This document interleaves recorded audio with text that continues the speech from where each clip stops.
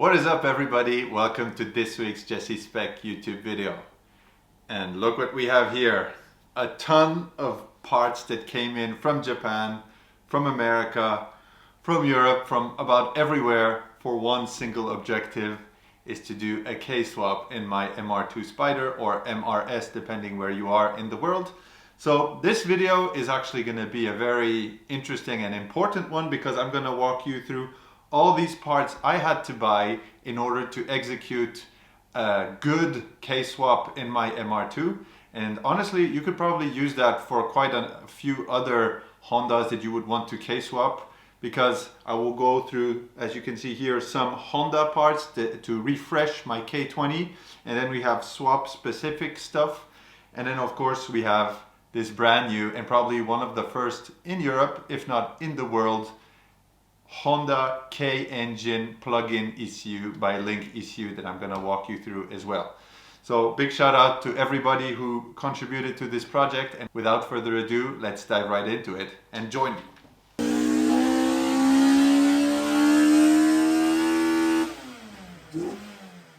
All right, let's dive right into it. So we're going to start on this side of the table, but maybe just one thing I wanted to say before I run through all these parts. As you know, and I will put a link above here, you can see that I've done an engine swap on my Mr2 actually just last year, and it was the 2ZZ. Really awesome platform as well, and it's known to be cheaper. So that's also one thing I want to prove actually in this video, is that there is a price difference between both and a complexity difference as well. So let's dive right into the stock Honda parts that I bought, and let's do that right now. Magic. Awesome, right?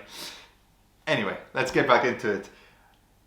What's really important when you do an engine swap, and that is my own personal point of view, of course if you're on a really low budget and everything, this is actually a very consequent swap, and it's not a small job, honestly. So if you go through all this effort, make sure your engine is in a good condition, but also while it's out of the car, the donor car, might as well take a look at it, check it, revise and refresh whatever is needed.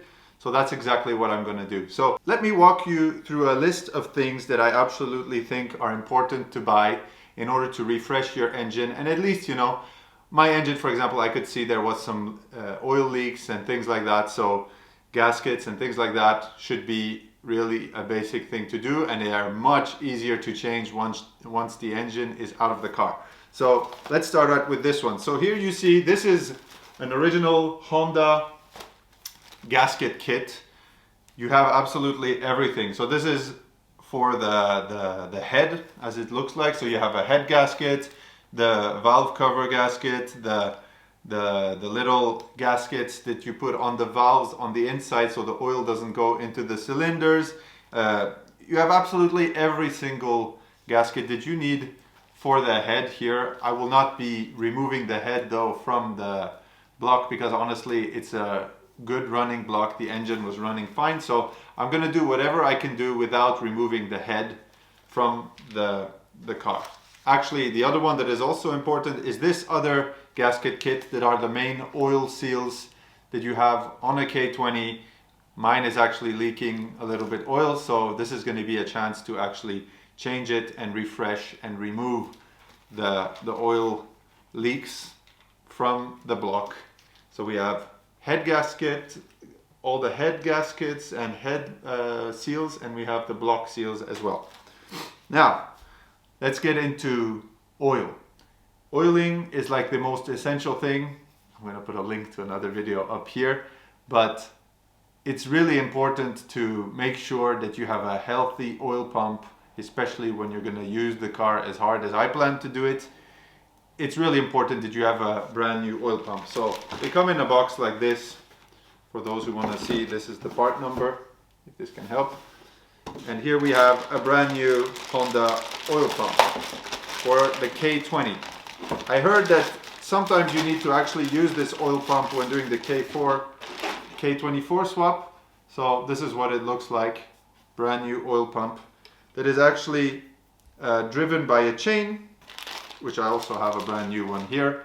So that is essential really to be able to have reliable oil pressure on your car. And honestly, I could go aftermarket with all kinds of things, but honestly, a brand new factory oil pump is definitely going to be more than enough for my NA tuned car that I plan on building.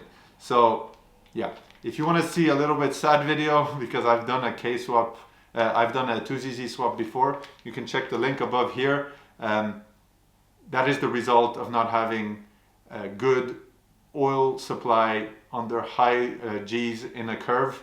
I broke actually my engine like that, so make sure not to do the same errors I have done in the past.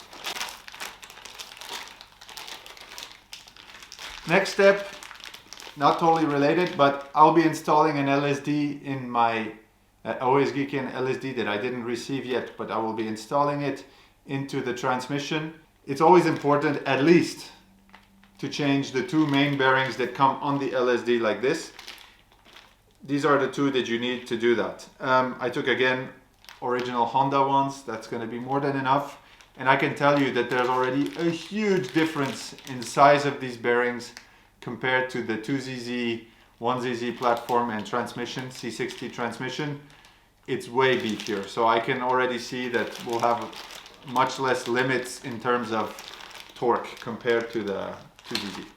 I'll be replacing also the timing chain, because that's something that honestly I feel these engines have been used quite a long time. Mine has 120,000 kilometers, and I know that a chain can actually get a bit stretch a little bit over time. So I'm going to be replacing the whole timing chain parts, including the tensioner. Here you have some rails. I have two other ones that are still coming in transit, and basically the whole timing chain as well is going to be brand new, so we can actually get a reliable timing chain on that car. Another key element is cooling. I'm not going to open this, but basically I got a brand new thermostat with the housing for the K20, and I also got a brand new water pump. Here's the part number, if that is of interest. And this is what the pump looks like. Quick reminder, these are, my engine is from an EP3, so that is a little bit the one I'm going to be using. And what do we have here? Oh yes, and I'll be installing a OSGeeken clutch. And here is there's the release bearing, a brand new one, so I don't have to buy that later for the clutch as well. So those are the stock Honda parts that I ordered. Honestly, like valves, pistons, all these things are in good condition. I'm of course gonna inspect as much as possible while the engine is out. I also compression test my K20, and the engine was in good health, had over 12 bar everywhere on the 4 cylinders, so that's a good thing. So anyway, that's for the Honda parts. So let's dive into some swap specific parts. Next on the list are the swap specific parts. So this time, as you've probably seen in my previous 2ZZ swap I've done, I decided to go the little bit cheap way for the exhaust header, and I actually found out later that it's actually a pretty restrictive part on the 2ZZ, the one that is the cheap version. Not naming any names here. But this time I decided to up it a notch, and PPE is a really well-known brand, and they have a swap specific K20 to MR2 chassis exhaust header that is actually one of the best performing ones as well. So that's really cool. The finishing is really nice. Let me show you that a little bit. The quality is really nice. Yeah. So there are going to be some good gains that are going to be done. So this is really an essential part that I decided to up the game a little bit compared to the previous one. So let's go to the next one. Next. This is, I'd say, probably the key part in order to be able to physically install the engine into the MR2 chassis. So you can imagine that, of course, the Honda engine that is a 2-liter is bigger and there's different mounting points. So sadly, you cannot just put it into the car as easily as a 2ZZ is, for example. So you need a swap specific engine and transmission bracket kit. So I decided to go with MAP, so Mitch Auto Parts in the US. You can see their logo here.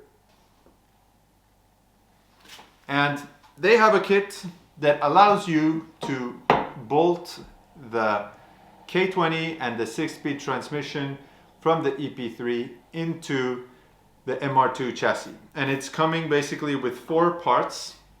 So you have these 4 different brackets that are delivered with the kit. And this one as well. It looks like the most complex one. These 4. And I've received this also with it. I could imagine that that is probably, when you look in the engine bay on the right side, you have this as well to install it easier. So this is probably one of the latest versions. They have had a mixed reputation, I heard. Honestly, when I look at the quality of these, at least this batch looks really perfect, and the welds and everything look like they are well done, and honestly the quality seems good, and I don't have much to complain, to be honest.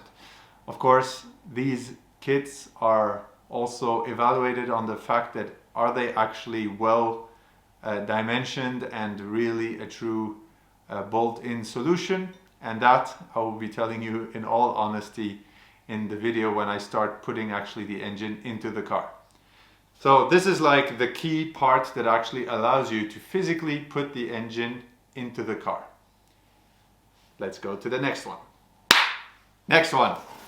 So when you install the engine and the transmission with the mounting brackets into the car, you will have one problem is, to begin with, you won't be able to change the gears because you have Toyota shifter linkages and shifter cables, and you have a Honda.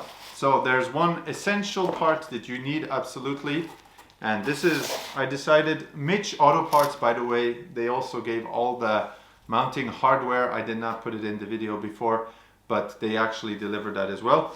But I decided to go with Innovate mounts for the gearbox adapter, and as you can see here, this kit is made of a couple of parts like this.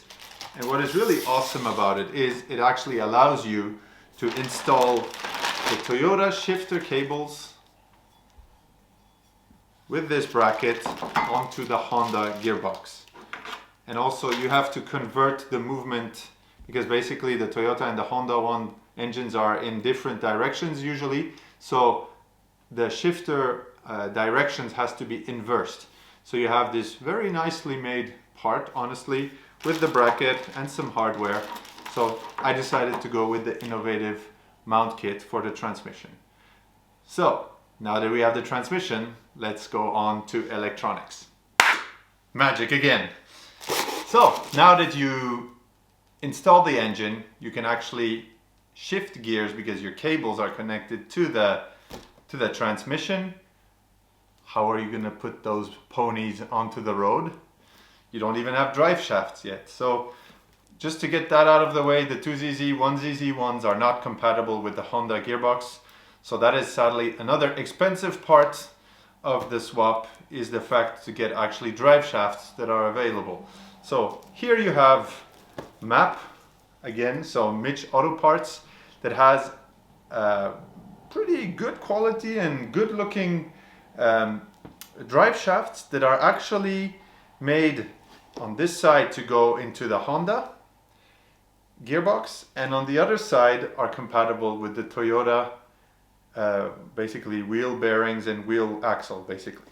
So these swap axles are something you absolutely need, so you can actually transmit your horses to the floor in the Kswap. So this is an essential part that is really important. They are quite pricey as well. So this, sadly, you could probably build something yourself, but I thought might as well use something that is sturdy and it is readily made. Also, you guys didn't know, but in my 2CZ I actually had one of the boots that was failing on the transmission side. So anyway, it was something that I was coming to do, and from mechanics to other mechanics and people who know cars, one of the most annoying and uneasy, I mean, it's not difficult, it's just not pleasant, is to remove these boots and exchange them with all the grease and everything. Is not such a pleasant activity. So anyway, at least my laziness could be solved with a little bit of money, and I anyway had to change them. So this is one essential part of the swap as well. So actually I promised you electronics, but now we're gonna get into the electronics. Let's go. Okay, major one, the electronics part. So this is not everything I have, but maybe let's start on this side. So I decided to buy the Mitch Auto Parts conversion harness because I'm a lazy and I didn't want to go. So maybe a little bit of background. Originally my idea was to go with a Link Fury ECU and wire in the whole thing, and that's what I was thinking to do actually last time when I was already doing the 2ZZ swap, but being busy and running short on time, I needed sadly to go a little bit for the easier version. So they actually have from Mitch Auto Parts. So the only way you can actually run the MR2 with the K20, because now that we have transmission basically taken care of and the engine is physically inside, how are you going to make the electronics of the car work with the electronics of the engine so it actually can run and that it works?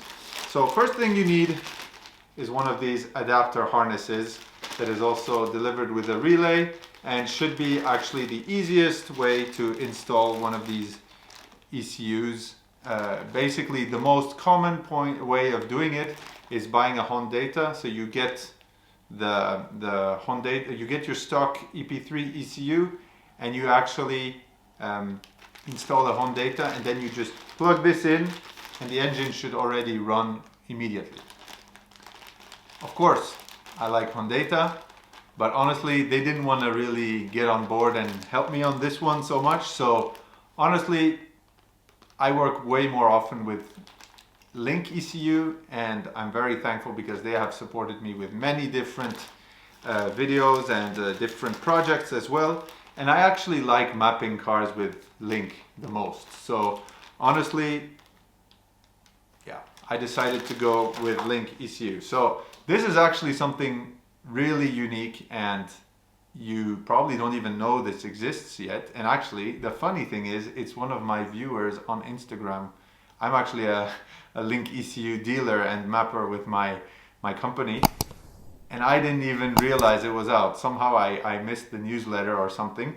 But Link actually has, as crazy as that may seem, they have a plug-in G4X ECU for the K series engines, which means that basically we plug this into the car and we plug the other side into the Link or the stock ECU with the Honda basically, and we have a functioning ECU that can actually be making the engine run and have lots of cool extra features, because as you all know, Link is well known for its high technology and very modern designs for all their ECUs and everything. So I'm gonna quickly do the unboxing of this ECU so you can actually see what is included into it. So let's get into it.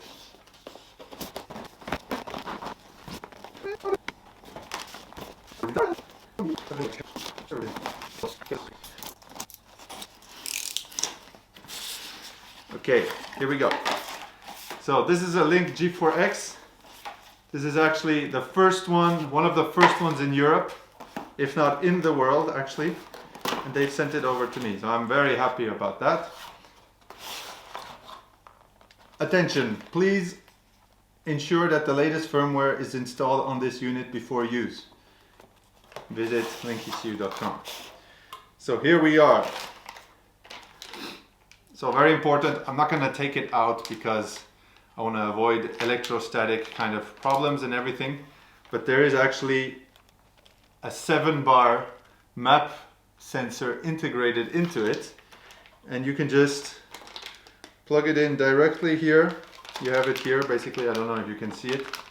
You have the little map sensor here. You go in with the hose, like I did in my Link ECU plug-in install that you can look up here on my chaser. So this is what it looks like. And so you always, so for people who don't know, Link ECU requires you, I mean you should basically, install the Link motherboard basically into the stock ECU housing. So I will be getting my K20 ECU out, removing the old motherboard and putting this one instead. Sometimes there are minor modifications to do, such as letting the programming cable come out, the hose as well for the boost and everything with the map sensor. So this is what you get with it. And then normally, yeah, we have a couple of cables and actually a little anti-static bracelet to do the install correctly, and the cable for mapping with the USB port, as you can see here. So this is what you get with the Link ECU, and I am so excited to give this a try, because for people who know a little bit mapping, the Hondata software is sadly looking a little bit old school, and I am way more familiar and I prefer way more the new version basically of the Link ECU programs that allows you really very precise mapping and everything. So with this, it's only half of the story, because what I would like is that my ECU can get closed loop AFR. That's already something that is really important, because the stock car has basically closed loop AFR with a narrow band under eco driving and how do you say, low speeds and idling and stuff like that. But you cannot really have like closed loop fuel control under full load when you're blasting through the gears and everything. And in order to do that, you need to install a wideband sensor. A wideband sensor is something that looks like this. I happen to have one in stock here. So this is one that looks like that. And in order to do that, you need to have an expansion loom basically in order to install the wideband sensor.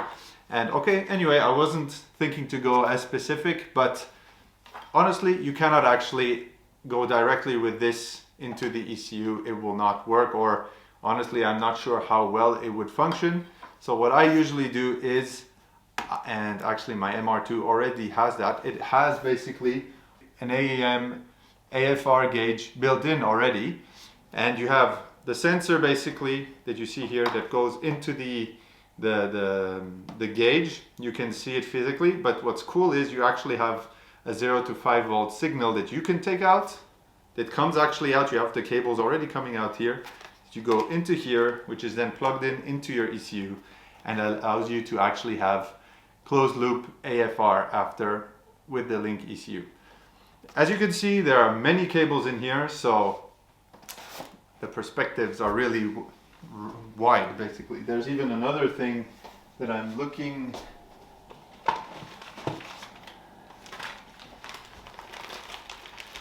For you guys who know a little bit, this is the long-term game plan. Flex fuel, ethanol content sensor, also available through Link. So I'm going to be experimenting with all that stuff. I'm actually debating if I should just make it run only on unleaded fuel 98, or if I should do it only on ethanol. But somehow, for the kick of it, I might actually be interested in using this as well. So this is going to be plugged in as well, wired in through the expansion loom and go into the ECU. You also have oil pressure sensors, oil temperature sensors as well, that you can all make them go in here and build safeties. If you have no oil pressure, suddenly your engine can just be turned off with a safety. That is something that would have been really good if I had done that on my 2ZZ, because otherwise I wouldn't be here making a Kswap, right? Because that's exactly what happened. My 2ZZ, you can check the playlist above. In a curve with the new Yokohama tires I had, too much G-force, oil did not come back. I had a sort of baffled oil pan, but it wasn't enough. So that is what happened. So if I had safety devices, sadly the Apexi Power FC isn't capable of doing that. That is why I decided, you know, since I'm upping the game also in terms of investments for this engine build and this car build, I need more safety features to avoid breaking things all the time. So that's why I decided to up the game with the ECU and all its safety features. And I actually can even do flex fuel in the future and all the motorsports, launch control, all these things. A little bit useless for a grip car, but anyway. So that's from the electronics perspective. So just to summarize quickly, if you want to just plug in your stock ECU with a Honda, all you need is this adapter harness and the engine should actually immediately run. I heard it does not work with just the stock ECU because there are some features that are blocking it. But if you have the right software that is made for basically for this swap or deactivating some things, I honestly didn't go too much into detail because I'm anyway going on with Link. I'm not really gonna do the work for Honda people, but basically it should run very quickly and you should be able to have the car up and running very quickly. With the Link it will be a little bit different, but I really look forward to that. So anyway, so let's run on to the next part. Actually not. The video is getting pretty long, so I'm gonna cut off the video here. Thank you so much for watching. There's another half coming that I will be posting in less than 1 week. So make sure to subscribe if you haven't already. And there are a lot of more interesting parts that are essential for your K20 swap into your car. So make sure to subscribe, like this video, share it if you have any friends who are doing a K-swap and need some inspiration and some information on what parts are needed. I hope you enjoyed it until this far and look forward to the next one. It's gonna be awesome. See you next week.